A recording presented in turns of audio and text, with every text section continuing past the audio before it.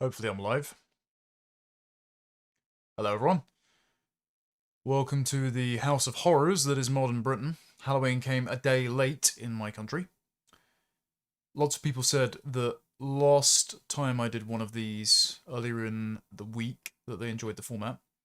And I'll still be doing direct videos. I've just recorded one pertaining to my dispute with the Spectator that I think people are going to find interesting. And I've got a few coming across the next week, but I thought it would be useful to catalogue just the number of preventable atrocities that have happened over the course of the last week alone, since I last spoke to you. Since we last discussed Hadush Kabatu and Deng Chong Majek and all of the other remorseless foreign criminals that never needed to be in my country in the first place, assaulting and butchering my countrymen, replacing native Brits, not just through the rubber-stamped paperwork of lawful or illegal immigration policy, but by literally murdering them in the streets, as we saw with Wayne Broadhurst. I thought we'd just go through a number of instances of migrant crime so that they can't memory hole it.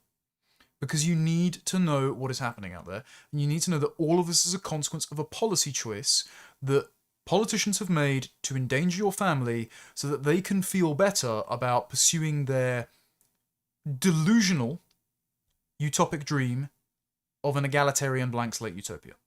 These people are pursuing the recreation of Rousseau's state of nature, and you are getting, at the same time, Hobbes's Leviathan and the war of all against all instead. And I'll address super chats and questions and whatnot towards the end of the broadcast, but I think we should just get through the atrocities first.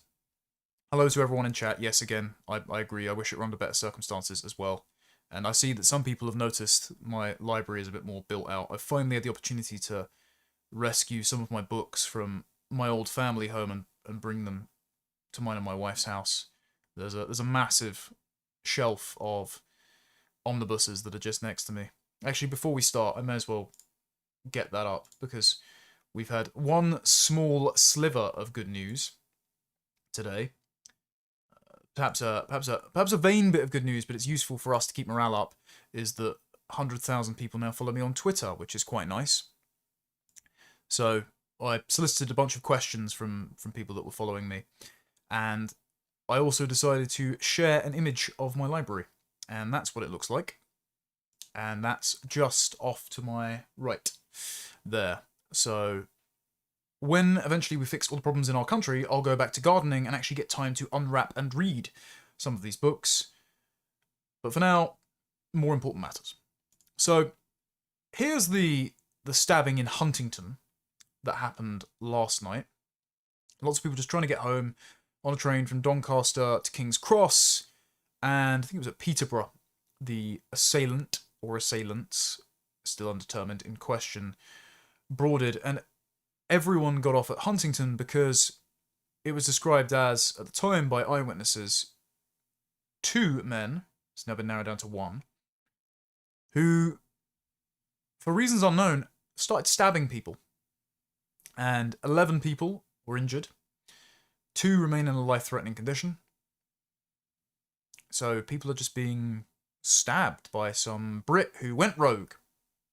Because, of course, the English are known for their mass stabbings. I want to put that on Twitter, that I think it was during the Clapham alkali attack.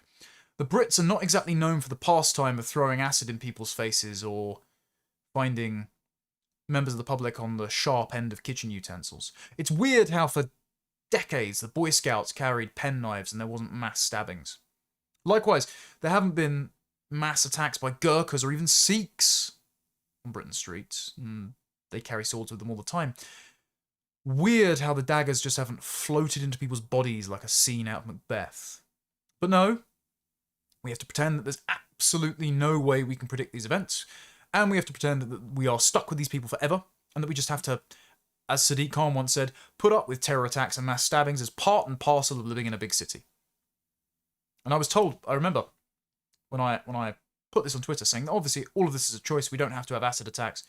Albi Amankona, who recently debated my good friend Charlie Downs on British identity at Battle of Ideas, think it was mediated by Anaya Falarin Aman, who once called me a white identitarian in the pages of Spiked, and in cowardly fashion then admitted, oh, anti-white racism does actually exist, you know. Right too soon, shirt. Coming soon, I suppose.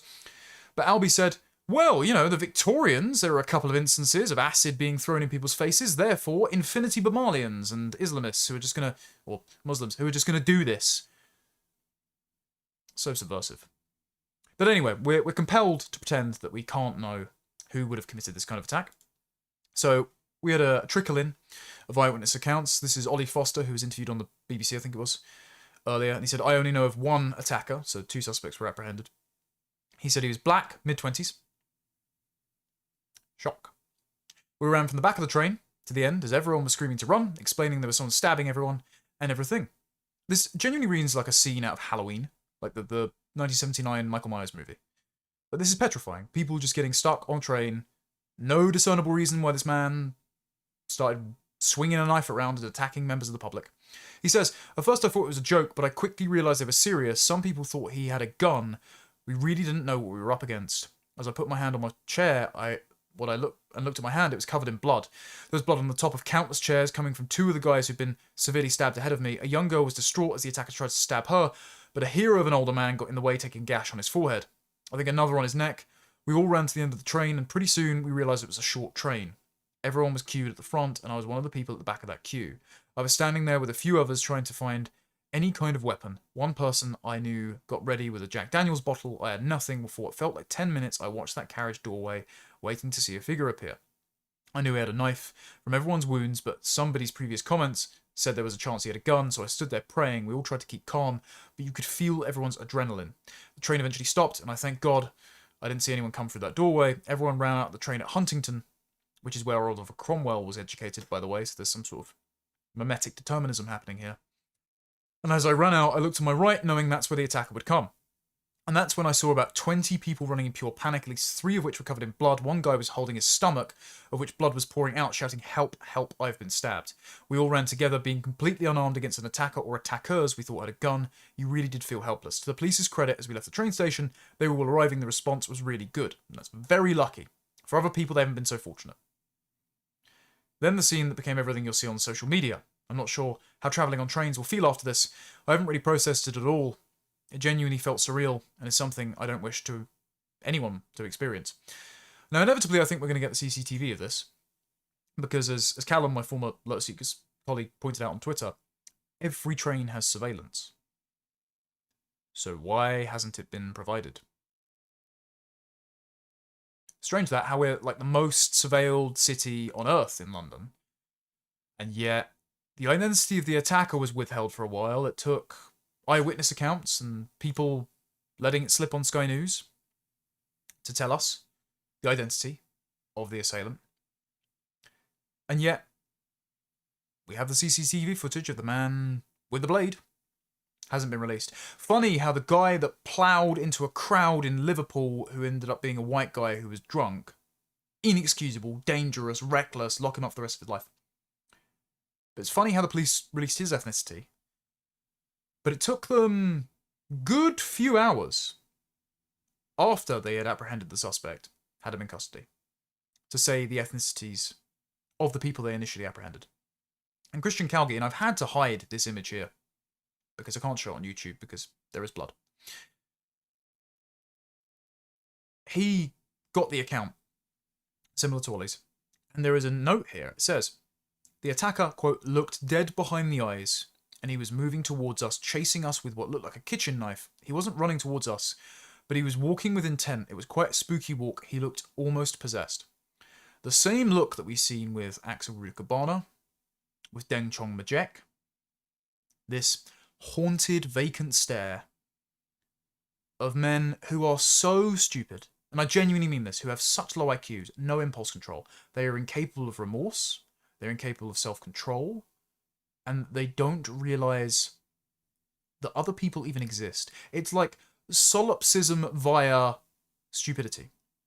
Now, none of that, because people will go, well, you can't say it's mental illness or that they have impaired and diminished responsibility, Connor, because they'll be let off. None of that excuses what they've done, because it's still evil. We shouldn't therapize our language and move it out of the realm of good and evil and into the realm of chemical imbalances or mental illnesses or diminished responsibility. If anything,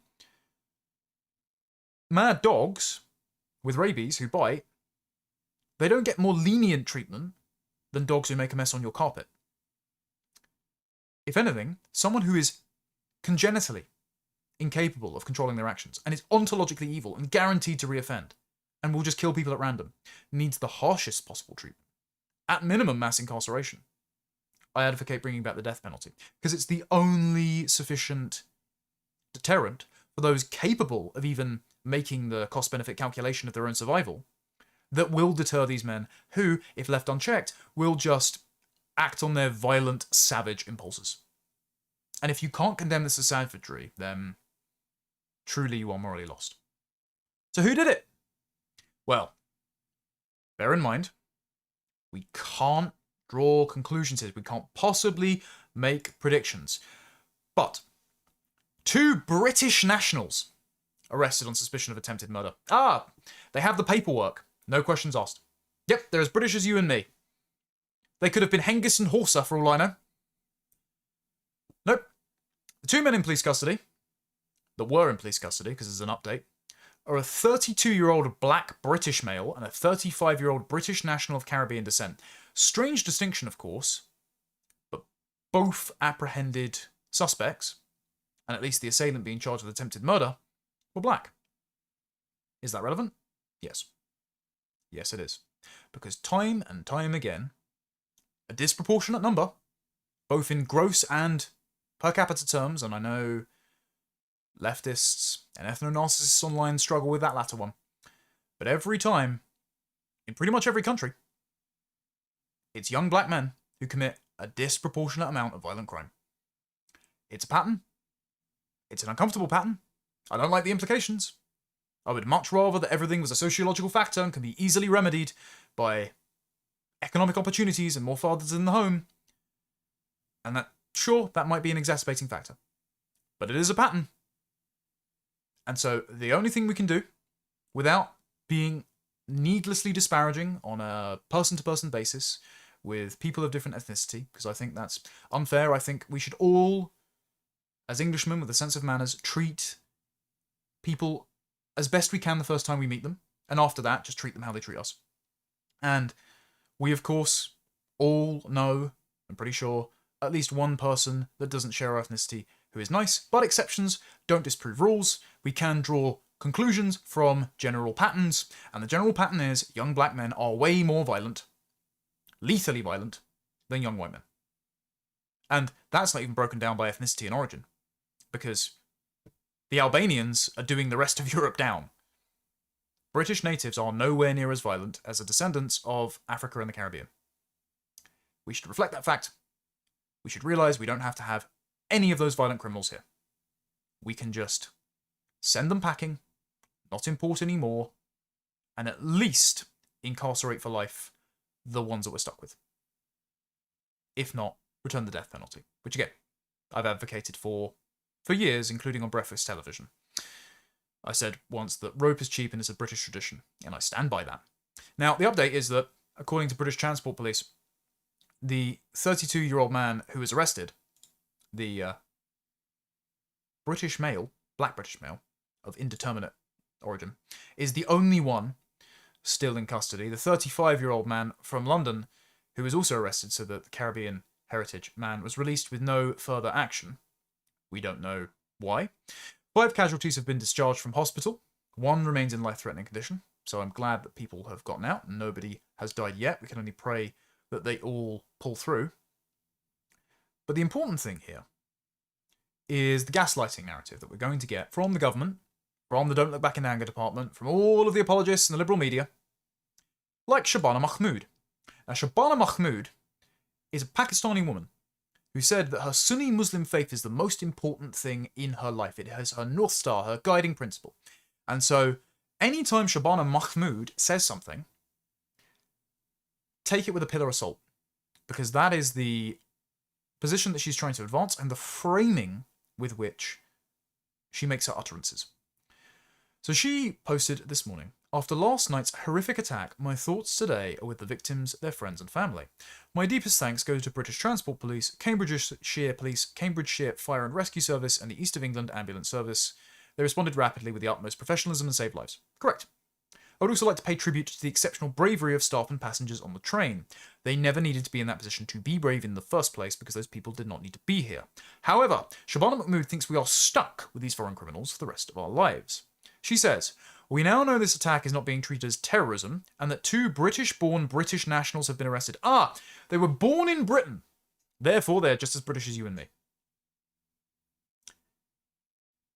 There is an edgy statement that Lard Eliyahu made on a Timcast episode about a week or so ago about Hassan Piker.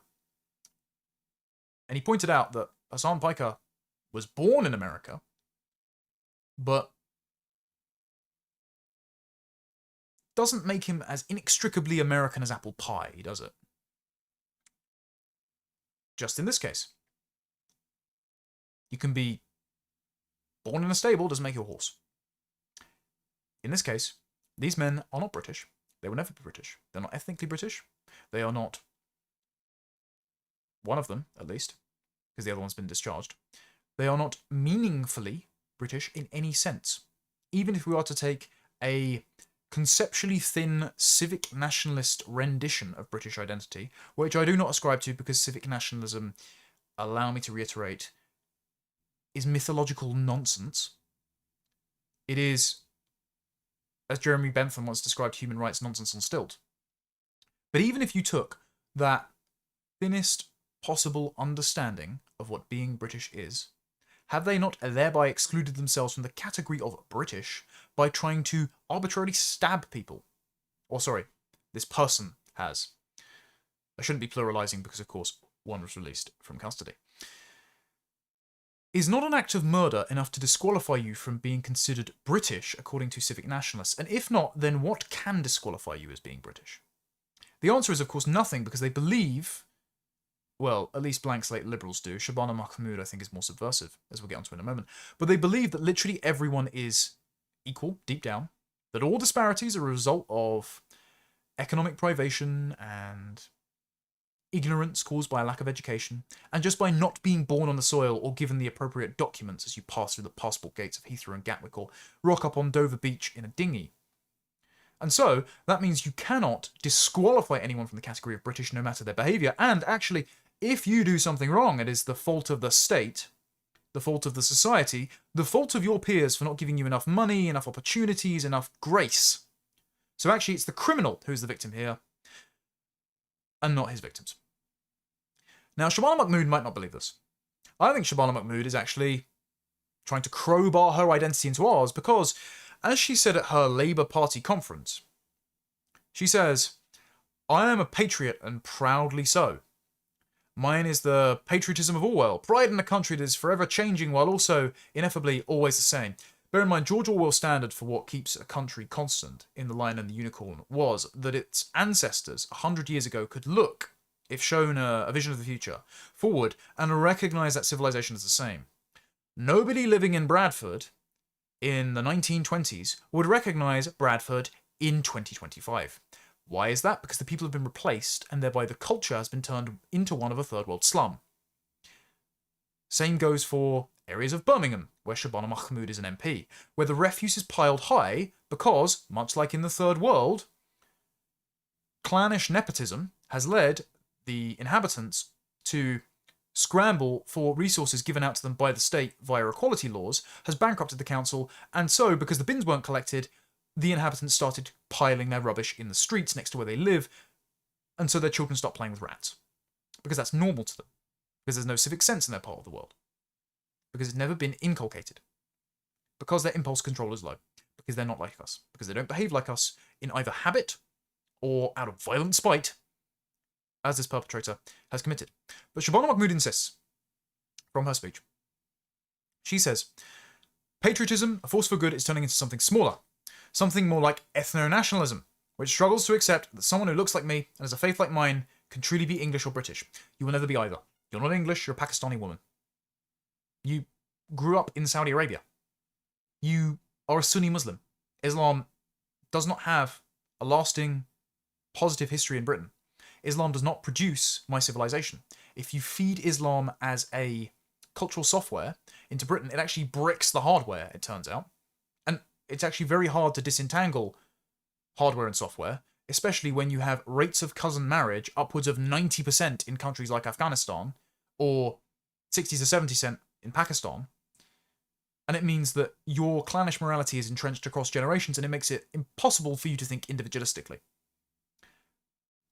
Your religion and your cultural practices do not produce my culture or my country. It does not belong here. And no, you don't have any English ancestry, so you are not English. And no, I do not recognise you as my countryman, even with this legal fiction of having a British passport making you British. I do not recognise you as British. I do not recognise you as one of my tribe or my kin. I recognise you as an occupying force who is trying to crowbar her subversive identity into mine, rewrite it, and exclude me from the politics of my own country, while subjecting me to violent criminals being here permanently because apparently they are just as British as you and me. They're British born, so we're stuck with them. Nope. I reject that framing.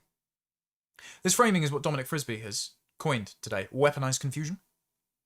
He wrote, "You may as well brace yourself for several decades of people, especially those in power, deliberately conflating ethnicity and nationality in order to obfuscate the truth because it's coming."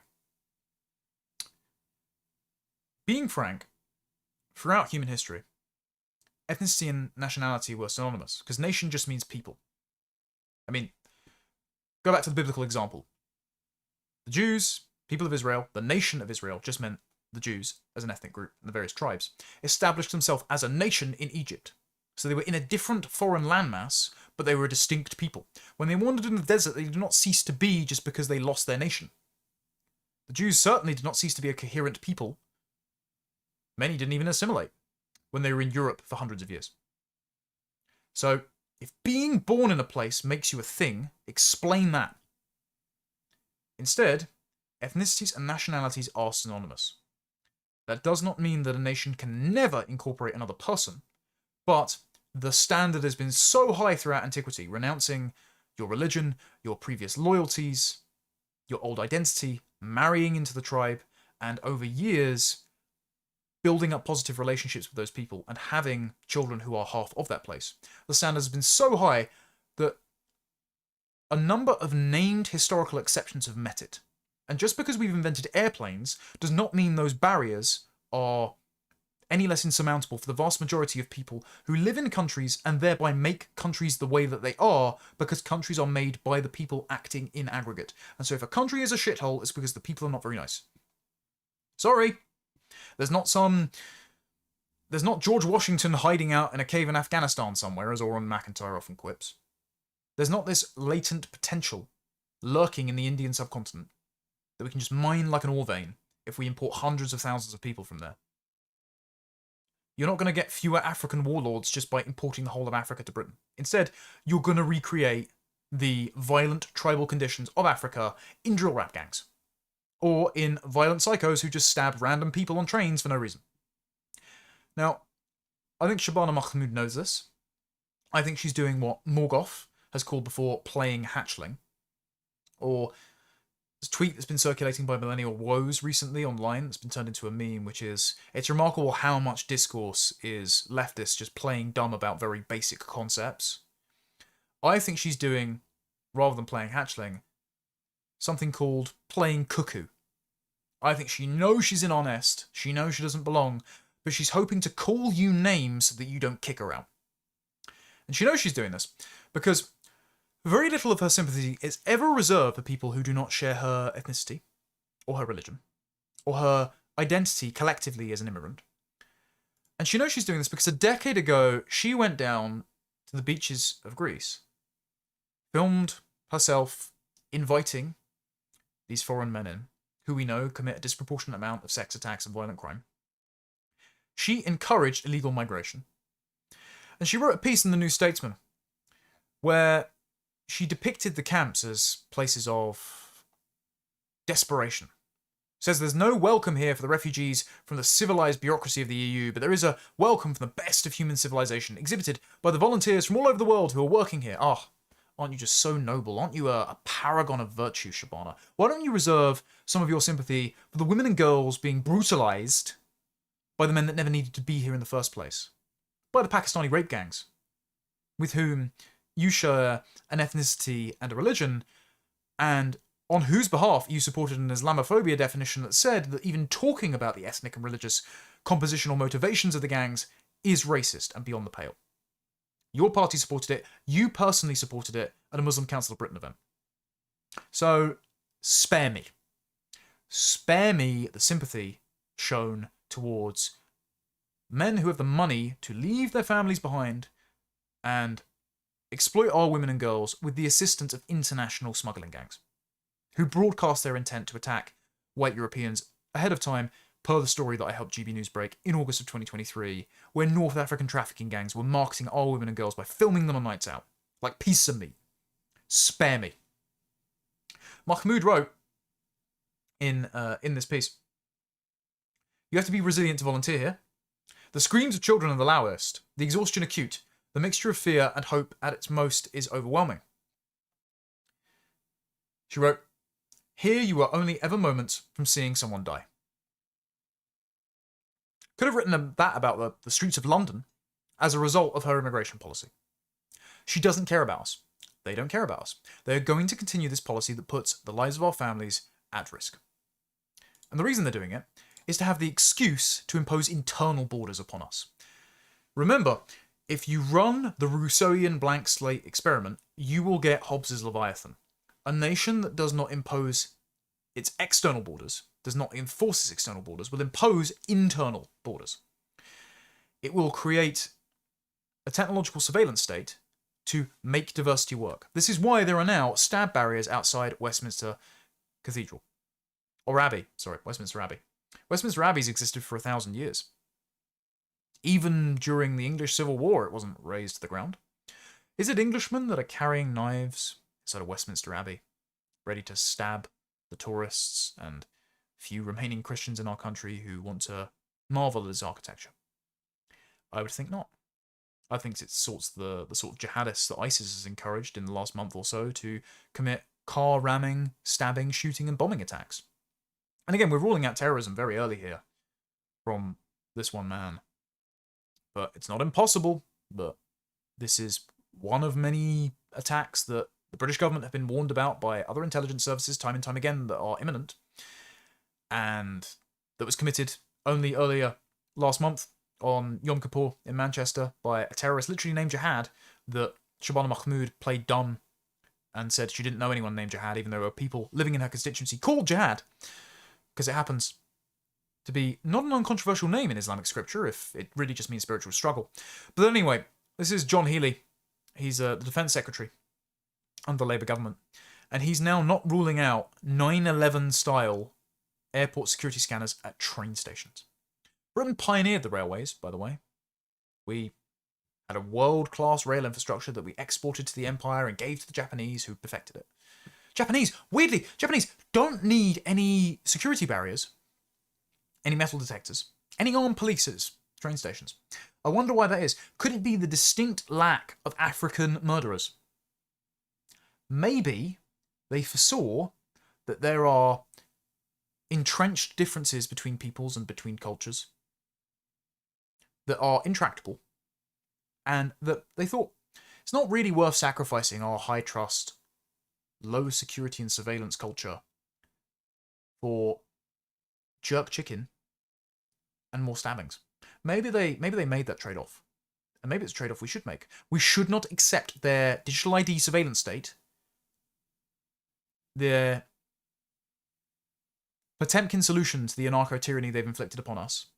We should not accept this trade-off, this replacement for our previous, settled, high-trust culture, just because they have engaged in demographic vandalism and then, through their anti-racist permissive policing policies, allowed the disproportionate culprits of lethal crime to get off basically scot-free. Including, by the way, don't forget, Labour have let out a few thousand criminals in the last year, early from their sentences. Loads of them violent criminals. Who was it Lawson Natty? Who was the African who stabbed to death a young English chap, and he got out early. He was an accessory to murder. He didn't actually do the stabbing, but he was present. And he got out of his sentence early, despite the mother pleading with the Labour government not to let this violent criminal out on our streets again. They want this. They are using the danger they're putting your family in and the completely preventable deaths by their migrant client class as an excuse to institute a surveillance state. And we know they're doing this because the Metropolitan Police put out a video of a sex offender in Lewisham. Now, the sex offender in question is the ethnicity you would expect.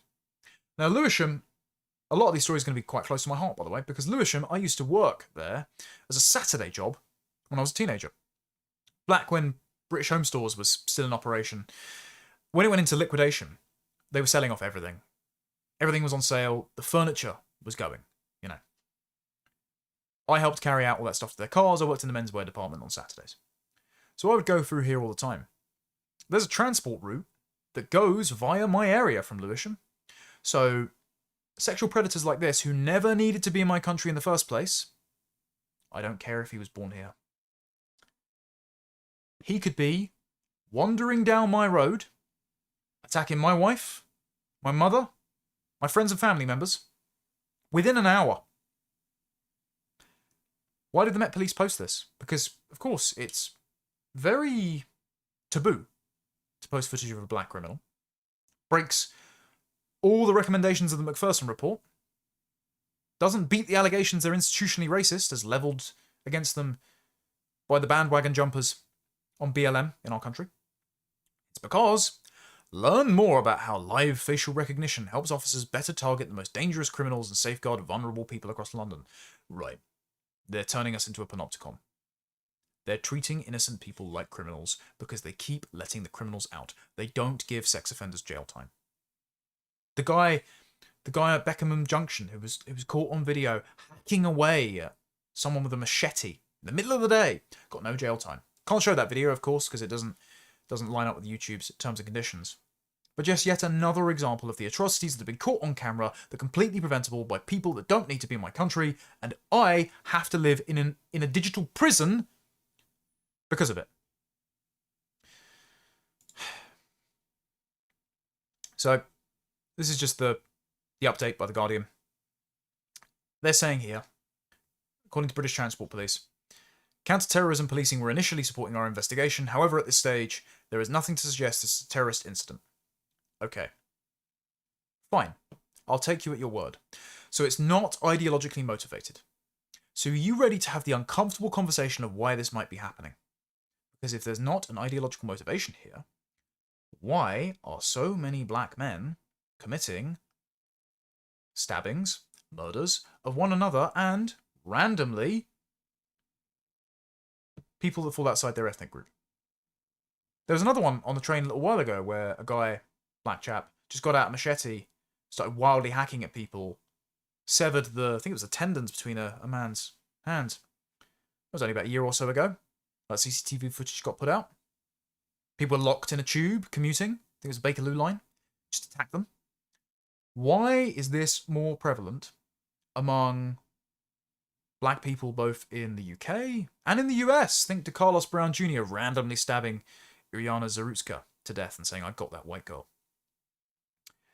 Is it because psychiatric problems are found at rates 10 times that of whites in blacks? I don't know the reason for this. I know there's a level of heritability to psychiatric disorders. I know this, by the way, because fortunately my uncle, who died tragically in 2008, he had schizophrenia. I've never in my life, everyone who knows me will confirm this, I've never touched any kind of drug, alcohol and caffeine aside, because it hasn't interested me, first of all. That's why I'm now fully sober. Again, caffeine aside, I don't even drink anymore. But because there's always been the risk that no matter what you take, I could have a hair trigger for some underlying mental health condition that I don't know about, because it's heritable.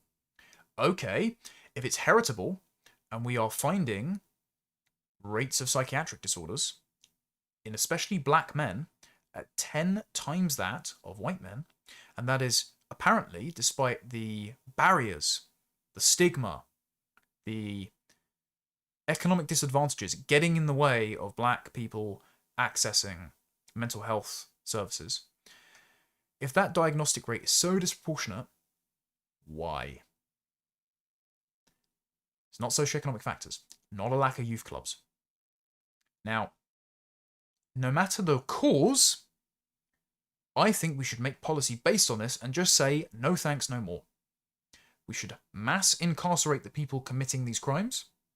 Think Valdo Calacane, the Nottingham stabber, for example, who killed 2 students and a caretaker. That then the government went into Don't Look Back in Anger style overdrive and did one Nottingham one together and assembled the community leaders and the faith representatives behind the grieving parents who were marched up on the stage with sunglasses covering their tears saying, "Don't hold any hatred for anyone of any race or religion in your heart." They preemptively thought it was Islam, of course, and wanted to run damage control. Turns out it was just a violent schizo who is now spending the rest of his life in hospital rather than being executed or imprisoned. Why are we putting up with this? None of these people need to be here. It's an option. They could either be incarcerated and never let out, executed, if the high standard of evidence is met, or deported. And the deportation is the moderate and kind option. Better than most of these people deserve. Are we ready to discuss the disparities that have been observed in the literature by people who believe everything to be a blank slate? I mean, I don't understand how you can call yourself the Race Equality Commission and still recognize, and this is a mad statistic, by the way, still recognize that people from African and Caribbean communities are 3 times more likely to be diagnosed and admitted for hospital for schizophrenia than any other group. Like, imagine discovering this and still committing to the position that there are no inbuilt differences between ethnicities and races. Like, you know, sickle cell anemia is a thing. So, why are we pretending that this is purely a consequence of not enough investment in sports pitches? Like, demented. Absolutely demented. And it's because it creates an uncomfortable conversation. I'm fine with actually not having the conversation. I'm fine with just looking at the empirical data and going, oh, based on risk management, not a good idea to import people from the Horn of Africa that are going to try and butcher us for being white because the demons in their head are talking to them. So, this is pretty predictable. There'll be updates coming. Let's look at the rest of the crimes that have just been committed in the space of the week. So there's Hadush Kabatu. Remember the Ethiopian sex offender who broke into the country and 8 days later tried to proposition a 14-year-old girl in school uniform that then sparked the summer of unrest and protests starting in Epping because of the Bell Hotel he was staying in. Remember the government fought to keep these guys in the Bell Hotel using our money? Well, after the nationwide manhunt that rapey Mr. Bean went on, not realising that he was wanted by the Met Police, going buying an avocado bag, milling about in a library, finding a group of other Africans who gave him directions despite wearing obvious prison tracksuit, Hadush Kabatu has left the country. And this was celebrated by midwits like Mike Tapp and Britain's mastermind David Lammy. Until it was uncovered, we paid him 500 quid to fuck off. That is a year's salary in Ethiopia. So this is the message we just sent to every African child rapist around the world. You can break into our country. After 8 days, you can try and sexually assault a child. You can cause a summer of civil unrest, at which point the government will then call all the concerned parents protesting against your presence in the country being housed next to their daughter's school, racist and far-right. The police will then escort state-funded, union-backed, socialist protesters to agitate for open borders against the concerned parents, spark fights, and the police will then drive their vans at the parents and deny any involvement in busing the protesters to the picket line in the first place until the likes of David Shipley procure the video evidence and embarrass you for it. Then the African rapist can lie about the assault. The judge will then say you're of good character because you haven't committed a crime between day 1 of breaking into the country and day 8 of trying to molest a schoolgirl. You get convicted. bureaucratic incompetence then lets you go free because the deportation escort didn't show up. The police didn't know what to do. The collective NPCs that run the British justice system then turn you away when you try to go back to prison and ask to be deported. You then mill about in London. You're given directions and presumably some funds to take a train by fellow Africans. You run errands. You're spotted by a dog walker in Finsbury Park. The police alerted to your presence. 2 female officers are sent to pick you up, despite knowing that you are a tall, rather large African sex predator. After causing all this trouble, you get paid 500 quid to go home. Because apparently, your lawyer was going to frustrate the deportation process you yourself asked to go ahead. And the government then call this a win. So, the message has been sent to every African paedophile. If you come into our country, we will let you get away with it and then pay you to go home. Hadush Kabatu is living like a king for the next year. And there is nothing to stop him coming back on a boat to try it again. Other than the fact that he just considers Britain incomprehensible and insane. And as Carl said in a video earlier this week, just wants out of this madhouse. You know who can't get out of this madhouse? Me, who is committed to passing on my ancestral homeland to my children and has nowhere else to go, otherwise I would be living in exile. I have nowhere else to live. You are filling my country with foreign predators who never need to be here. You're making it unsafe just to get a train. One of the most heartbreaking clips, actually, I should have brought it up, was a woman who called into Julia Hartley-Brewer's show, who lived near Wayne Broadhurst, who was stabbed to death this week, by the way, as it turns out, predictably, by an Afghan who never needed to be in the country in the first place, ironically in Boris Johnson's constituency. The Afghan in question was getting into a fight with Shahzad Farouk and a 14-year-old boy he was accompanied by. So, Wayne Broadhurst, beloved 49-year-old bin man, who's just out walking his dog, pillar of his community, cleaning things up, was the only man who murdered while trying to heroically intervene in a fight between 2 or 3 foreigners. We're being replaced by any means necessary, as it seems. There's no use sugarcoating the language. If a violent Afghan criminal who commit sex attacks at 22 times the rate of British nationals, just nationals, by the way, not broken down by ethnicity, the ethnicity data will be the most damning thing on the earth, who have been imported by the thousands by the last Conservative government, who took out a super injunction to prevent our knowledge of it. This one in particular snuck into the country on a lorry in 2020 and was given the right to remain in 2022. These Afghan nationals, whether their mere presence, whether by a birth rates, considering now I think it's a third of all babies born in Britain have either an immigrant mother or father, whether via sheer demographics and time or their crimes, they are subtracting from our population.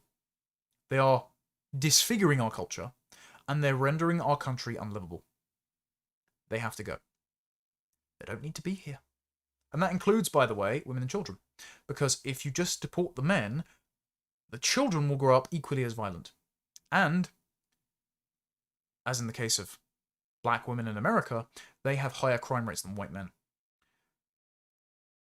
Places in the world that have high levels of cousin marriage, incest, sexual assault, murder, never need to interact with our civilization. Every single person brought from that region of the world is a consequence of government policy. Every death, like Wayne Broadhurst, is blood on the hands of our treacherous political class who brought these people in here against our wishes. And those people can be sent home. Remember, the reason I'm doing the stream is to remind you, always, it is a choice. Never acquiesce to their moral framing. Never accept that because they have paperwork or were born in Britain, they are British. They are not. They don't need to be here. They never did.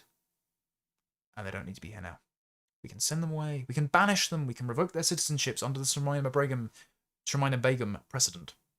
We can lock them up like they do in El Salvador. We can just permanently expel all the people who hate us, and they can leave us in peace. And the only people getting away with this are the people who insist that we are stuck with this problem because they're British, just because they have a passport. Not the case. A number of other crimes as well. There's a man who strangled railway staff. Mohammed Kadir, of no fixed address. They don't say where he came from, but centuries of cousin marriage being worn on that face. He was sentenced to 16 months in prison. That's half of Lucy Connolly's sentence for an imprudent deleted tweet, by the way. For non-fatal strangulation. So he boarded the carriage of a cross-country train departing from Derby railway station. Funnily enough, the origin point of the train to King's Cross that the stabbing was just committed on. Heading to Birmingham. Member of staff approached Kadir and asked him to show her his ticket. And of course, he bumped the barriers and got through without paying. Because in that part of the world, if you don't scam people, you'll get scammed, so you're the sucker for not taking advantage of lax laws. He said he didn't have a ticket and he was going to Birmingham regardless. He refused to leave the train. When a member of staff returned with a colleague, Kadir grew aggressive. He then was identified to the member of staff. Other members stepped in to keep him at the station. Kadir then grabbed one of the members of staff by the neck and began to strangle him before noticing the previous member of staff and began swearing and screaming at her. Violent savage who tried to kill a member of the railway enforcement team. 16 months. Living in conditions probably better than those of his home country, at our expense, surrounded by his fellow jihadists, because gangs calling themselves the Muslim Brotherhood have taken over a lot of British prisons. We're letting them live like sultans at our expense. Why? Because of a delusional commitment to the blank slate and the insistence that every single person, no matter their behaviour and being bereft of virtue, have universal human rights, which means giving them enough money and educations and opportunities until they become indistinguishably British as you and me. Or, of course, advantaging your co-ethnics until such a time that you can take over the country because you hate white people and want to steal their stuff, which is actually the reason that a lot of these politics is advanced. The white leftists who engage in this stuff truly believe in the blank slate. For the resentful third worlders who are disproportionately violent, that appeal to liberalism and cries of racism and bigotry and xenophobia and Islamophobia are all just window dressing to immobilize your defenses, to induce in you an autoimmune condition that prevents you from having a preference for your own people, your own history, your own heritage, and protecting your country and your family from violent savages like this. Another Muhammad was convicted on the same day, turns out. Mohammed Samak from Egypt, but they say of chestnut spinny Droitwich Spa, never needed to be here, murdered his 49-year-old wife, Joanne Samak. Now, Joanne is an English name. Samak, of course, is his surname, so she took his surname. So, it gives us cause for pessimism when even the half-English children of immigrants, like Bob Villan, don't consider themselves part of our tribe, and when someone meets, apparently, the historical bar of marrying into the tribe, who knows if he renounced his religion? Unlikely.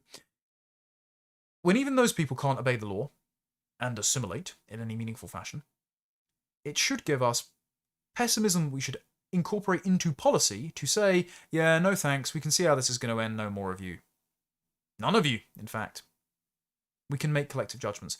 That's not to say, again, there aren't nice people from that part of the world. I was just in Hungary for a seminar and I met some very nice Pakistani Christians. The leader of my congregation at the moment is, I think he's from Rhodesia, an African priest who's very charming. That doesn't mean there aren't nice people from that part of the world. That doesn't mean that we can't allow some of them to stay who we actually like. But we do that on a case-by-case friend-enemy basis. And it turns out the overwhelming majority are enemies. And so, in the final analysis, when we make that content of character friend-enemy judgment, we're left with like 100 people at most. That's fine. We can probably allow for that. About 5% of the population at a stretch from culturally proximate countries, people of good character, and whose presence in our country is always contingent on their good behaviour, and that at any time we can expel if they do something wrong. But these people, no. Don't have to have them here. Never have to let them in. Don't have to let them stay. This guy, he doesn't even deserve to be deported. We should bring back the traditional punishment for him stabbing his wife to death. having the neighbours hear her screams. He actually lied and said his wife had stabbed herself. These people have no remorse, remember. Honesty is not a thing in their culture.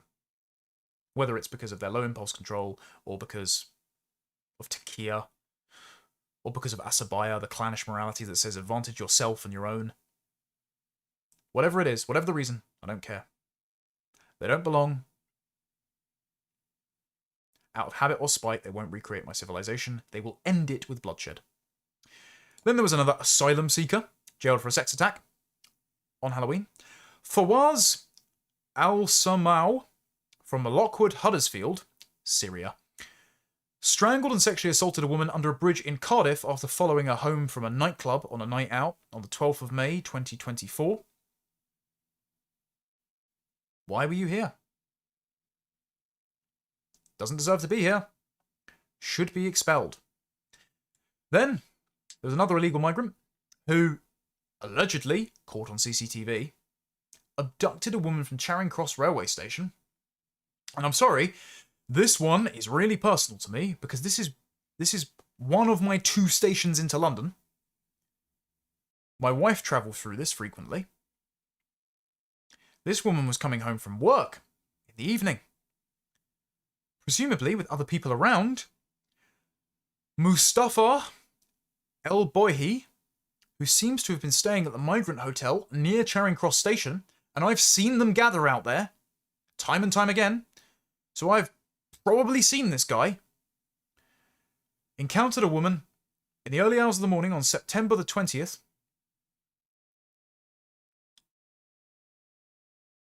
Travelled to the country in June after crossing the channel in a dinghy. She was trying to catch a train home after a workout night out with colleagues. He asked for her name and started to shout at her, despite not being able to speak any English, because she'd overheard the language and asked what language they were speaking. If you're a woman, don't speak to strange men. Never do it. Especially foreign men, because they're just disproportionately more likely to sexually attack you. Practice Thomas Sowell's types of discrimination. Be discerning. Stereotypes and prejudice might well save your life. Turns out, if we had been more willing to upset community cohesion, as a now deleted tweet of a clip from Michael Gove's podcast on The Spectator had insisted, the noble intention to ensure community cohesion was behind the cover-up of the rape gangs. If we were more willing to violate these taboos, like I'm trying to do on this stream now, and I just do unfiltered on my X account every day, despite constant accusations that I don't, then we would be keeping our women and girls safe. This guy, he used a translation app on his phone to tell her, I want to F you, then took her to a nearby rooftop and assaulted her. He's currently denying the charges despite being caught on CCTV. He appeared at Westminster Magistrates Court on Wednesday, aided by an Arabic interpreter that we're paying for. His lawyer, Nimra Ashraf, deport you too. You know what you're doing. You're leveraging the permissive human rights legislation in our country to keep these foreign criminals in our country. You made this your career. You shouldn't have a career. You shouldn't be here battery farming foreign criminals at our expense, arguing for their human rights against the desire, the moral necessity to protect natives in their own land. He told the court Mr. El Boli should be given bail, let out on the streets, not held on remand, because of his depression, insomnia, and anxiety. Oh, won't you think of the mental health for the poor, attempted rapist?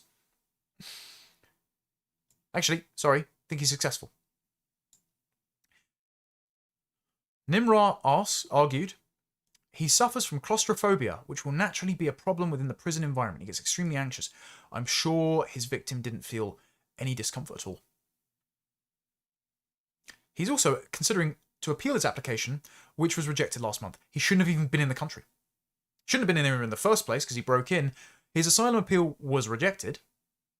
He should have already been deported. He's previously rejected after he applied for a visa in the UK in 2017 and faces charges for the possession of drugs. Something I think we should uphold, by the way, because weed is awful. It makes you fat, lazy, and retarded, and smells bad. I don't care about whatever principle. Oh, coffee and alcohol. No. No. It's awful. The people that do it are irrationally defensive about it. Our civilization wasn't built by smoking pot. And it certainly wasn't built by keeping foreign rapists here. Another one. This one's going to infuriate you. A man, just a man of nowhere in particular, who was living on Brighton Road, called Qais Al-Aswad,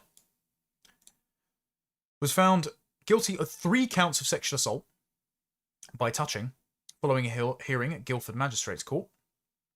He was ordered a 6-month custodial sentence, just 6 months, for 3 sexual assaults. Suspended for 2 years in order to carry out 200 hours of unpaid work. I don't give a fuck if he is picking up litter from the side of the road. He shouldn't be in my country, and he's not serving any prison time. No prison time for 3 sexual assaults. What is our judiciary? What is our government doing to us? The purpose of the system is what it does, and the system imports, houses, and gives no prison time to foreign rapists. Then there's one in Hyde Park. A man, Abdul Rahman, Adnan Abu Alayla. Again, despite all the hadiths I've had to read, I'm not a native Arabic speaker, so I apologise to your ears, but not to this balding freak for getting his name wrong. He's a married father of 1. All those family values that the Muslims are committed to. Approached a woman in Hyde Park in the early hours of the morning in November 2024, where she was walking home alone at night, which no woman should do.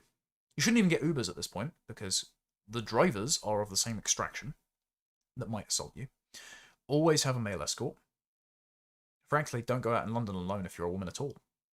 Now, I hate to say that. Our city shouldn't be that way, but I'm not letting my wife do that. She was lured by Adnan Abu Alayla. I sound like I'm committing some kind of attack just by saying his surname. I shouldn't have to even speak this moronic language in my own country to understand my own politics, but there you go. He lured her to a secluded spot where he raped her. He is claiming he was held as a political prisoner and tortured in Egypt. He broke into the UK. And he should have been deported a while ago. Now, would it shock you to learn that the man is a convicted terrorist from Egypt who is part of a Muslim Brotherhood cell making bombs in 2015, trying to bomb electricity pylons and gas lines, the exact kind of terror attacks that the government has been warned about by the likes of David Betts, but also by foreign intelligence services, as I reported on for Courage Media. This is the exact kind of jihadist that's being monitored. Was allowed to roam free on our streets. He arrived in April 2023 and claimed asylum and was staying at the 4-star Hilton Hotel in Ealing when he raped this woman. He left his family behind in Turkey, by the way. No discernible reason why he couldn't have stayed with them in Turkey. So this terrorist rapist is currently being housed at my expense and will no doubt have taxpayer-funded legal aid to frustrate his deportation process. Then there's this guy. This is just one of the most harrowing examples I've heard of. So this is Haybay Kabdirax Aman Nur, so Haybay Nur, from Somalia, who walked into a bank, was there for about 20 seconds, and just stabbed a man to death. Stabbed Gurvinder Johal to death. Just working at the bank. Minding his own business. Walked in there and stabbed him to death. He's jailed for at least 25 years. Again, living in better conditions than he would be milling about in the Horn of Africa, waiting for the Zamani to bring him back to the Golden Age, based on my tax money.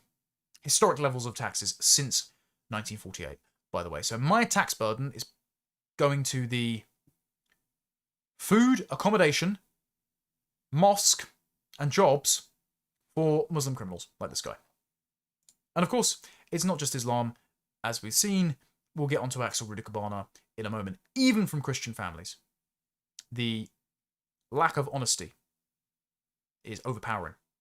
The low impulse control, the violent tendencies, is too much of a risk. So, this example, the court heard Nur travelled to Libya from Somalia in 2016, and then was sent from an undisclosed source, which NGO did that, $1,800 to board a boat into Europe. He arrived in the UK in October 2024 after paying a smuggler £400 that he procured from selling cigarettes in Calais migrant camps after spending time in Italy, France, Germany, Luxembourg, and the Netherlands. Now, when he was in Italy, France, Germany, and Luxembourg, he committed a spate of crimes. He had his asylum application rejected by the Home Office in January 2025 because he arrived voluntarily. So he was here for a number of months awaiting appeal after being told he should go home and be deported. And then he committed this murder in May. He denied it, by the way, despite being caught on CCTV. These people have no remorse. They can't think of the future. It doesn't exist as a concept to them, and your life has no value to them. They will just stab you because they feel mildly disrespected or because they want to take a life on a whim. He probably... Look at this dead-eyed stare. The same described by the eyewitness account, Ollie, as well. Or the eyewitness account that Christian Calgie had cited. Like, are we really expecting this man to become as British as you and me? Shabana Mahmood. We all know it's a fiction. We don't have to live like this.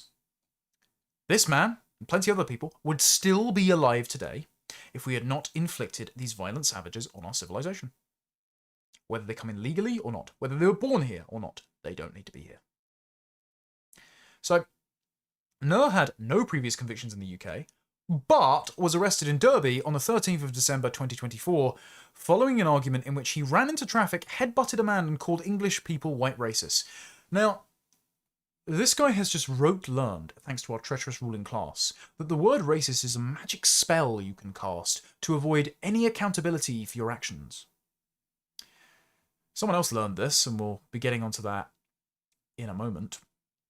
But Nur was told, who the court was told, had consumed 3 bottles of vodka and 10 beers on the day of the killing, had been in contact with a charity called Migrant Help. So that charity probably, again, receives money from the taxpayer. It's one big patronage scheme to ensure that murderous rapists are housed in your country. He approached the chap in question, Joe Hall, produced a knife, and without warning or provocation, with no time to react, stabbed him in the chest. The defendant simply turned around, calmly walked out the bank. Mr. Joe Hall collapsed on the ground, with the knife still in his chest.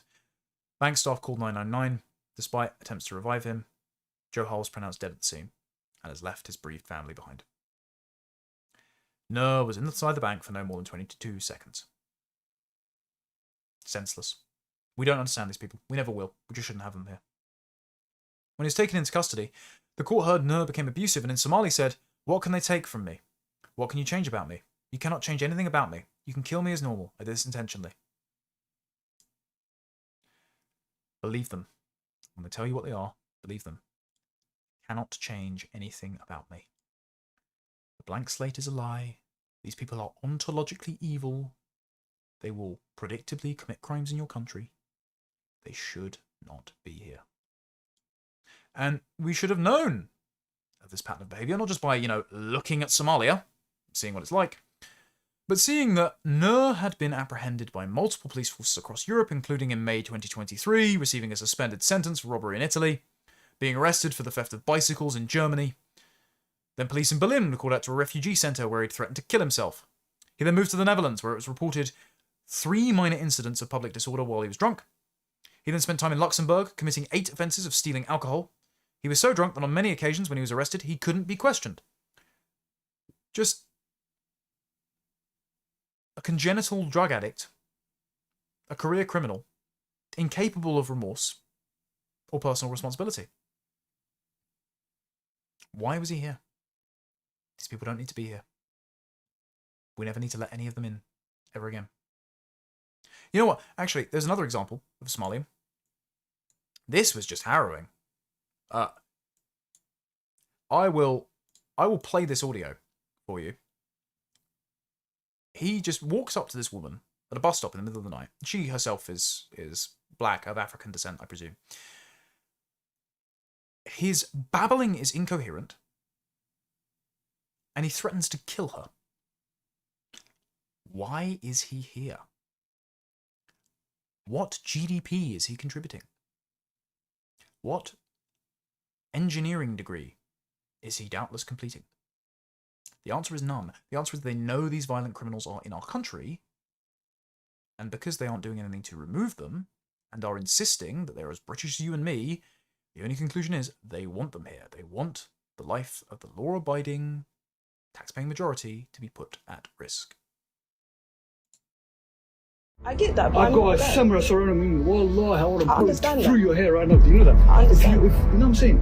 I'm not even trying to, you know what I'm saying? But I'm not here for trouble. I'm here to get home. I have my headphones on. Do you think everyone that chats you like this? What can I help you with then? So you got my That's attention. how you think, though, innit? What can I help you with? Nah, it's cool, but I'm gonna ask the question. Yes. That's how you move. Everyone can ask the question. Okay, what's the question? Are you gonna ask me the question? Or are you just gonna look at me? Do you feel like everyone trying to ask the question? Yes, yeah, it happens a lot. It happens a lot. Where are you from? It doesn't matter. I'm not talking to you. Hold it. I'm not interested. Hold it. I'm not interested. Which part of that are you not understanding? Yeah? Yes. Well, you know where you are around the way? Huh? You know where you are? Do I know where I'm at? Yeah. Yeah, I'm not acting. Where are you? Sorry? In acting. Why are you asking me this Are you question? in acting though? Yes. Yeah? Yes. But you got to be out so humble right here, you know? I'm humble, but you This come. Somali, this It's one Somali, o'clock. it's It's 1 o'clock in the district, you morning. know? It's 1 o'clock in It's the morning. Somali district, you know? It's 1 o'clock in the morning. It's Yeah. Somali district. So what can I do for you? Yo, listen, I'm not even doing hard time in it. You know what I'm saying? Sorry about that, but It's listen, fine. you know, I kill for life in it, see me? Why are you You're telling me? lucky, you know? You know, my was lucky. Why are you telling me though? You're a girl, you know? I'm just sitting here waiting for my If you, boss. oh no, what's right? I swear to my whole life, if you are mad, I get that, but I've I'm got not a there. samurai sword on me. Wallah, I want to pull understand through that. your hair right now. Do you know that? I understand. You know what I'm saying? I'm not even trying to, you know what I'm saying? But I'm not here for trouble. I'm here to get home. Not bad. No, it's so, innit? No. This poor girl shouldn't have to fear for her life. She shouldn't have to. I don't. In this instance, sorry, I don't care what her ethnic background is. This shouldn't be happening to anyone. This guy doesn't need to be here, but notice in his language, he feels entitled to. He probably doesn't understand the consequences of his own actions. He seems an impulsive product of cousin marriage and a failed state that, fun fact, I asked Patrick Nash about this because he wrote the case for banning cousin marriage and compiled all the data on the relative levels of cousin marriage. Actually, you know what? I'll bring that up across each country because you need to understand why these people think, and I use think as a very loose term here, the way that they do. But he said the reason that we don't have figures for Somalia, for cousin marriage, is because it's such a failed state, they don't keep records on it. They actually don't keep marital records in Somalia because they're so dysfunctional, but the entire country is just like black or down, that they don't know how many people are married to their cousins. So, as we can see here, the rates of cousin marriage are least common in Morocco, 10 to 19%, Turkey, 20 to 29%, moderately common in Syria and Iran, 30 to 39%, common in Sudan and Afghanistan, 40 to 49%, very common in Qatar and Saudi Arabia, 50 to 59%, and most common in Pakistan, 65%, and Kuwait, 68%. They're also more common in various Middle Eastern provinces, if they're more rural, 80 to regional 50%, and rural Pakistan, 80 to 65%. So Mirpur, Pakistan, where we source most of the grooming gang perpetrators from, because most Pakistani immigration to Britain comes from there, 80% of them are the products of cousin marriage. Some are the products of sibling marriage. Can't share a civilization with those people. And it looks like Somalia is even higher. Do you know how we can judge that? Because all Somalians are distinctly Somalian. So, if you're shocked by the dysfunction shown by Somalians, don't be. Now, I want to return to this, because Nur, remember, used the magic spell of "you're a racist." You know who else used that magic spell?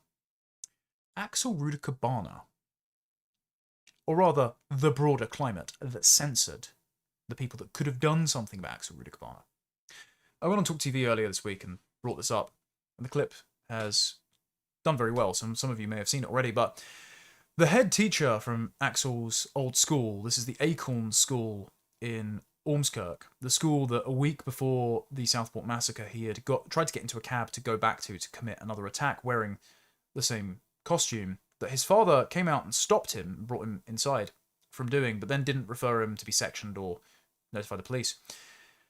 The head teacher of the school, Joe M. Hodson, had been told not to call him sinister after he had brought a knife into school 3 times and then come back to the school with a hockey stick in December 2019 and shattered a classmate's wrist, and then was tackled to the ground by a teacher who was courageous enough to break the school's emergency lockdown protocol to tackle him to the ground.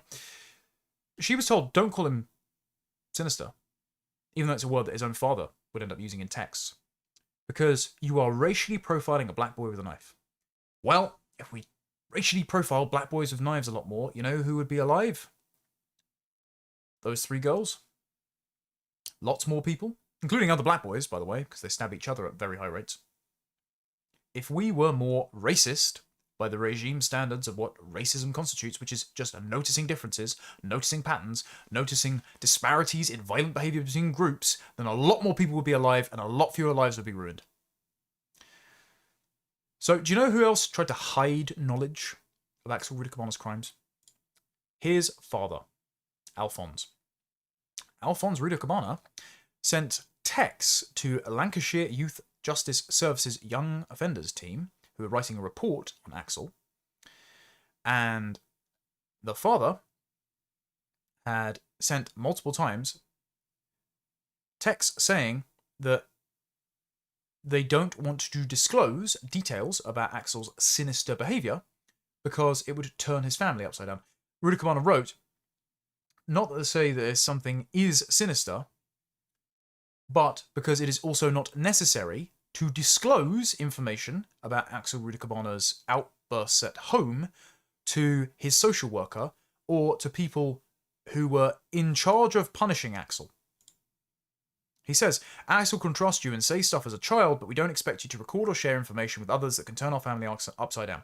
Who paid for the broadband and the tablet with which he used to research dictatorships, white genocides, Islamic terror attacks? Whose credit card, whose Amazon account was used to purchase the knife that he used to then butcher those girls? The ricin that he was making in his bedroom?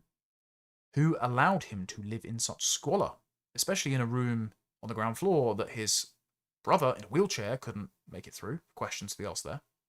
Who repaid their debt of gratitude to our country for housing them and providing them with welfare, providing them with a social house they could buy at our expense, now providing them witness protection, providing them asylum 8 years after the Rwandan genocide had ceased, despite Axel's mother being rumoured to be related to a government minister, and Axel's father serving in the Rwandan Patriotic Front, Paul Kagame's army that quelled the genocide, and living in Uganda when he applied for asylum.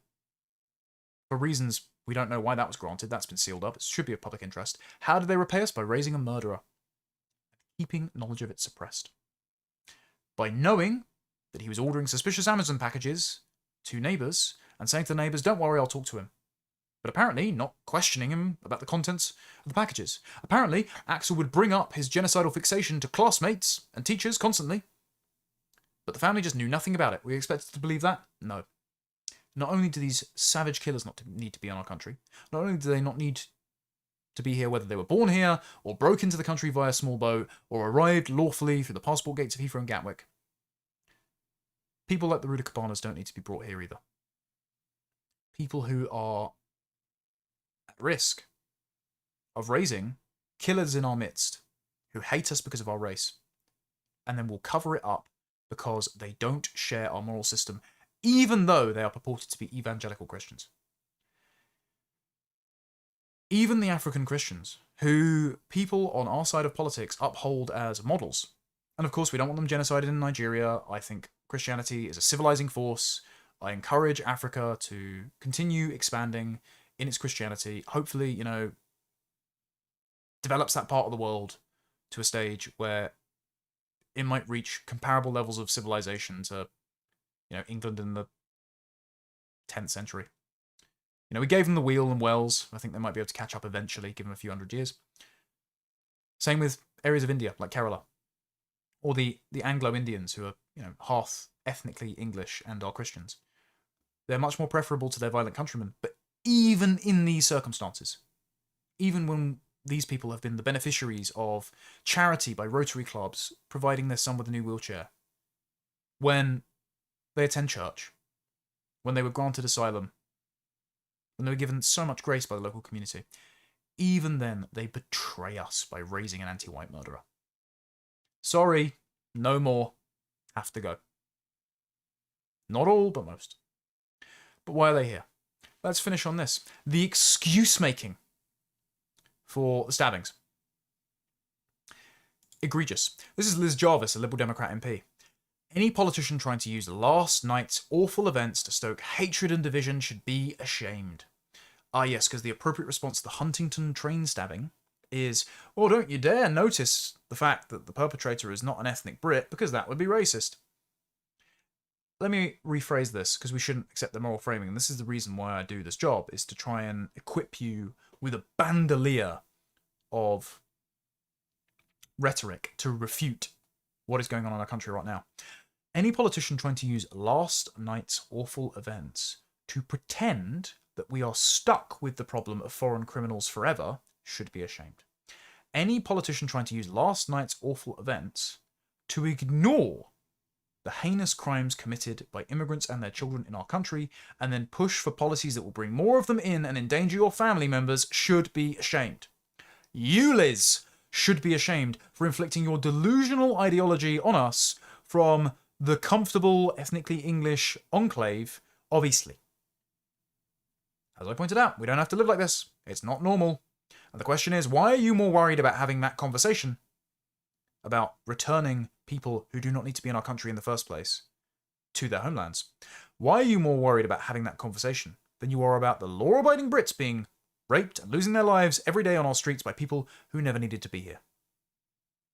And the disparity, again, in support, shows that momentum is with us, but every day that they are inactive and bringing more of them in here, people are dying. This is why people have really reached a level of boiling anger, which needs to be harnessed in a productive way. It needs to be not directed in a way of arbitrary ethnic bigotry directed at people who have done nothing wrong, especially because the state is looking for an excuse to crack down on you. Don't be stupid. Don't act unjustly. But it needs to be direct. It needs to be concise. It needs to be clear. Then there's Dom McGowan, another Liberal regime apologist on Twitter. Ooh, the bots and trolls have been activated very early this morning, or perhaps they're still up after a solid shift of pumping out lies about a tragic attack without any facts to back up their claims. If you care about bots and trolls drawing attention to uncomfortable facts more than the people who almost died and the people who have been dying at the hands of foreign criminals, Don, then you're the problem. You are putting people's lives at risk. And they know they're doing it. They just want to feel good about signalling their liberal credentials. About saying, no, we can still have John Lennon's Imagine if we just stack a few more corpses. Harry Eccles, who is a supporter of both the Green Party and Jeremy Corbyn, literally a soy-eating, man-bun-wearing, effeminate lib. The only war the UK is experiencing right now is a war between the far-right extremist hate-mongers who want violence and normal people who just want to live their lives. Let the police deal with violent crime, not X. Let's not import this toxic culture war from the USA. Totally inverted morality. Again, this is after the stabbings. No, the war is not between the far-right extremists who noticing differences somehow creates inequality. Genuinely, they have this belief of where the blank slate is the default setting, and that diversity exists in a sort of Schrodinger's observation paradox, where if you look at the consequences of diversity, you're somehow manifesting the division. So all you have to do is censor people pointing out patterns, noticing differences, and then there'll be no inequality, there'll be no crime, there'll be no loss of life. Genuinely insane belief, living in delusion to the extent of where you think that bullshit narratives create reality. Let the police deal with violent crime, not X. Then why are you supporting the hate speech legislation that will silence the people noticing the violent crime, Harry? Let's not import this toxic culture war from the USA. No, how about let's not import violent criminals from the third world? And then you don't get the toxic culture war. You know where you don't get a toxic culture war? You know where you don't get Tommy Robinson and Elon Musk sounding off about Hungary? Where's the Hungarian Tommy Robinson? There hasn't been one because they haven't let a disproportionate amount of fake refugees into their country who are committing sex attacks. They haven't demographically swamped their population. They've respected every time the population voted to stay Hungarian. And then there's Femi. And I bring this up because Femi is, frankly, just a fat, jobless mongoloid. Just an actual moron. Just genuinely stupid. He says of Matt Goodwin, if you blame the crimes of British-born ethnic minorities and immigration, you're racist. British nationals aren't immigrants. You only mean their ethnic origin. The Huntingdon victims are still fighting for their lives in hospital and Matt Goodwin is using them for racism. And I responded, yes, Femi, we are referring to their ethnic origin. Because their ethnic origin means that their presence in our country is an option. Every criminal who isn't a native Briton doesn't need to be here. They could be somewhere else, not committing crimes in my country against my countrymen. Just as when it came time to decolonize Africa, there was no confusion about the colonial administrators from Europe and India who were turfed out by the native Africans who knew who they were and who exercised their sovereignty and their autonomy, and who did it in a much more violent fashion than any of us are advocating for. I'm not advocating for the expropriation of property. I'm not advocating for vengeful violence against people because of the colour of their skin. I'm not advocating for expulsions of everyone on the basis of the colour of their skin. However, Femi, if you're offended by the common sense distinction of, and this sums up my entire immigration policy, the people we like stay, the rapists, murderers, and people sponging off hardworking taxpayers and turning areas of our major city into third world shitholes can leave. If you disagree with that, then that's your problem. And if you're actively agitating for keeping foreign criminals in our country by telling us that we cannot distinguish between native Britons who commit less crime and foreign criminals and areas of the world that produce those foreign criminals reliably, then you are the problem. Why are you advocating as a co-belligerent of foreign criminals for people to stay in our country and prey upon our women and girls, to randomly attack law-abiding bystanders, other than that you feel that you share some sort of collective identity with them as an ethnic minority or an immigrant? Like, why are you putting yourself in the box of, I am no different from a foreign criminal, from a random, possibly schizo train stabber, from an illegal migrant who sexually assaults women after dragging them out of parks and train stations? Because if you're not going to make that distinction, Femi, I tell you what, other people won't make that distinction either. And so if you tell me that we can't have this very simple and reasonable immigration policy of delineating between the people we like and the people we don't, then I tell you what's going to happen. It's not something I support, but you're going to get people who, in their desperation, who say, if the option is keep all the foreign criminals in our country or be called racist, if the option is all of them stay or all of them leave, you're going to get people that say all of them leave. You're not going to get people that are as moderate and reasonable and even-handed and who judges people on the merits of their character rather than the colour of their skin. You're going to get people that go, yeah, everyone not ethnically on the colour swatch can leave. And if you want to ensure that, keep going this way about it. The final comment I make is Rory Stewart. Rory Stewart, again, representative of the previous Conservative government who not only embroiled us in the foreign wars that said we need to fight them over there so we don't bring them over here, but then brought them all over here, responds to Elon Musk saying civil war in Britain is inevitable. And he says, no, it isn't. Even though you and your friends are eagerly trying to make your prediction come true, the Britain you see on your phone and that you are making other people see on their phones is not Britain. Come and visit. Is this not the Britain that we see on our phones? Do you ever venture outside of your Lethe ethnically English enclave, Rory, where you're writing books about how you failed the country but it's everyone else's fault? I don't think you do. I think you know what you're doing. You're profiting off of the complete desolation of our country and our inability to hand it off to our ancestors, off to our descendants. You're profiting from the collective shame that we will have to bear if we lose this place. And you're just, yet again, acting as if Elon Musk noticing that by preventing practical policy solutions from solving the problem that you make violent conflict inevitable that nobody wants, you're acting like he's causing all the problems. If we just stopped noticing, then there'd be no problems. No. The problems are downstream for the immigration policies that you implemented and continue to support. You should be ashamed, Rory, of what you've done to our country. And it is not men like Wayne Broadhurst that should be replaced through violent means. It is the political class who should be replaced by purely democratic and peaceful means, especially because don't give them an excuse to lock you up, for the treachery they have inflicted on our country. And I don't want to keep doing these streams. I don't want to keep cataloguing all the crimes inflicted on my countrymen, but if I don't, they'll be memory hold. Anyway, I'll see if we've got any questions from the super chats. And thank you for sending those in. It seems macabre to even be taking these at the moment, but Ivory Leviathan says, I'm from Manchester and my boyfriend seems to think, well, it's bad out there. It's not as bad as I'm making it out to be. I know it's not in my head and I'm not catastrophizing. Just send him this. Send him all the stories that I brought up. Just, we have to raise our consciousness of just how dangerous it is out there, especially for women. And I'm sorry that you feel so at risk. Confused Siren, I live in Shrewsbury, a mostly white area, but do travel to the likes of Birmingham and Manchester for days out. Am I safe? No. No, none of us are. Because all it takes is one. All it takes is one random, unpredictable criminal, as Iriana Zarutska found out, as the people on the Huntingdon train last night found out, as the guy who nearly got crushed to death by a seat thrown over the balcony in Stratford shopping centre found out.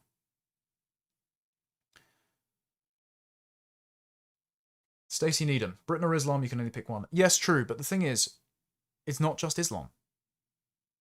Like, I can't pretend to know why the people from this region of the world are more violent, why they hate us, the colour of our skin, but they do.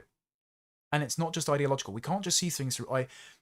The consequence of the Enlightenment is that we project our rationalistic, philosophically minded temperament on the rest of the world. It turns out that most of the world is just tribal and savage and wants to take stuff from people that don't look like them and give it to people that do. And they don't think in abstract terms. They're solipsistic by habit, not by some abstract, nihilistic philosophy that they've been reasoned into. And so if you can't reason them into it, you can't reason them out of it. And so we can't share a civilization with these people. Sorry. There might be rare exceptions who might be nice additions to the country.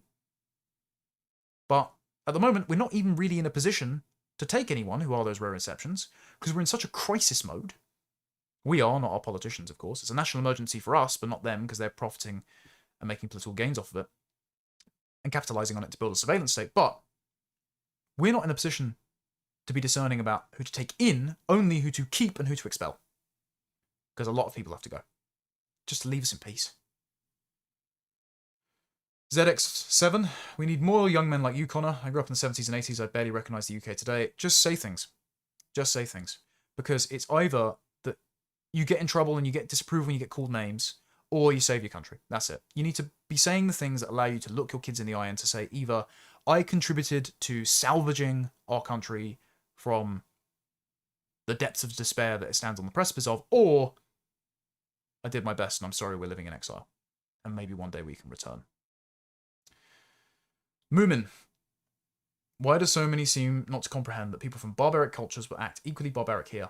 Love your detailed approach. Thank you, Connor. It's the delusion of the blank slate. Internalize it, understand it. Our enemies fundamentally think that everyone is equal. They think everyone is an interchangeable economic widget. That education and redistribution will make everyone identical. It's delusional, I know. But this is, I keep hammering the point. Read Emily Finley's Ideology of Democratism. Read Jean-Jacques Rousseau's The Social Contract and Discourses on Equality. Listen to my previous content at Lotus Eaters with Cole, discussing why wokeism is liberalism. Watch the liberalism debates. Anything you can do, read my articles for Courage Media that explain it. Anything you can do to understand it and properly internalize it. Nothing better, actually, is than the posts that leftists themselves make. Just saying they feel sympathetic for the criminals. Like Zoe Gardner's Guardian article saying, well, what do you expect Hadush Kabatu to do? He hasn't got any job opportunities, therefore he has to go out and try and rape a child. They believe this. They believe you only commit these heinous crimes because the state has somehow failed you. Because deep down we're all equal. That is what these people believe. PM says, as a DC collector, I'm a little jealous of your collection. Love your videos. Keep fighting, sir. Yeah, well, this coming week there will be a video that will keep people who miss Comics Corner, Lotus Eaters mentioned, happy. because I don't know if anyone's been following Absolute Batman in the last week or so, but they are vandalizing the Batman IP, and for decades now, people haven't caught it, but subtly and subversively, they've been trying to rewrite Batman as a left-wing character. And he's not, he's innately reactionary, because he realizes that just redistributing his wealth via the Wayne Foundation isn't enough to solve ontologically evil problems like the Joker and the Mad Hatter. Actually, you need to dress up in armor and punch things in the face. In lieu of course, the use of the state, bringing down their force on their criminals. And this is the thing. Again, I'm not advocating for vigilantism. You just make vigilantes inevitable if the state doesn't step in and do its job. And again, because I'm a public figure, because you get locked up for saying anything else, and because we need to not give them an excuse to imprison us, we have to be committed to the democratic process, law, and we cannot advocate for or engage in violence. I'm making that very, very clear for anyone who wants to clip that last bit out of context. And if you do want to clip this and circulate it, feel free. You know, more people that see this, the better. Please. We've seen what people with loyal audiences do in the US when they clip other people's content and recirculate, even if it gets them into controversies on X and gets them into giant flame wars. We need to move the conversation to make it impossible for our politicians to deny these sensible positions and to give them the courage and the conviction to act on it. Like this post here. So there is one of the GB News hosts, Will Kingston, who I really like, Australian, said, he summarised my immigration policy and he said, immigration shouldn't be a hard political issue. It's become one because of cowardice, ideology and ineptitude. And I just said, I feel like I'm going mad because any politician could say this. They should say this. Everyone in reform should be saying, our immigration policy is pretty simple. The people we like can stay, and rapists, murderers, people who sponge off the taxpayer, and, I would add to this, people who set up third world colonies in our major cities should leave. You know what? It's a vote-winning issue. It's common sense. People will get behind that. The public are already there. They just need the permission to be able to say it, and then politicians need to do it. They need to repeal the laws that get in the way of deporting these foreign criminals, put the countries that produce them on a red list, and ensure net emigration for years to come until we have a peaceful, prosperous, and as Katie Lamb said, culturally homogenous country again. Thank you for all of those who have tuned in. I've got to go and do dinner and get it out the oven because I'm sure my wife is starving and hates the fact that I've been ranting on the internet again. Keep your eyes peeled for a video that's going up tomorrow to explain the problem with The Spectator. I'm going to do a few more videos over the course of the week. I'm also filming an interview with Liam Tufts of the Dozen podcast on Wednesday. So I'll probably put a clip up of that on my channel. There should also be my CPAC Australia speech out soon, titled Australia Should Never Be Replaced, and it has implications for the Anglosphere. Glad I got a standing ovation.